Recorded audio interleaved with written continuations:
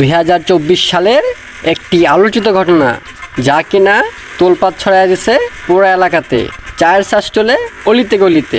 আমরা ভিডিওটি দোকানদারের কাছ থেকে সংগ্রহ করেছি আপনাদেরকে সচেতন করার জন্যে।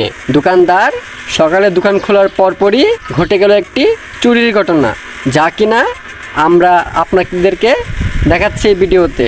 ঘটনাটি ঘটে সকালের দিকে।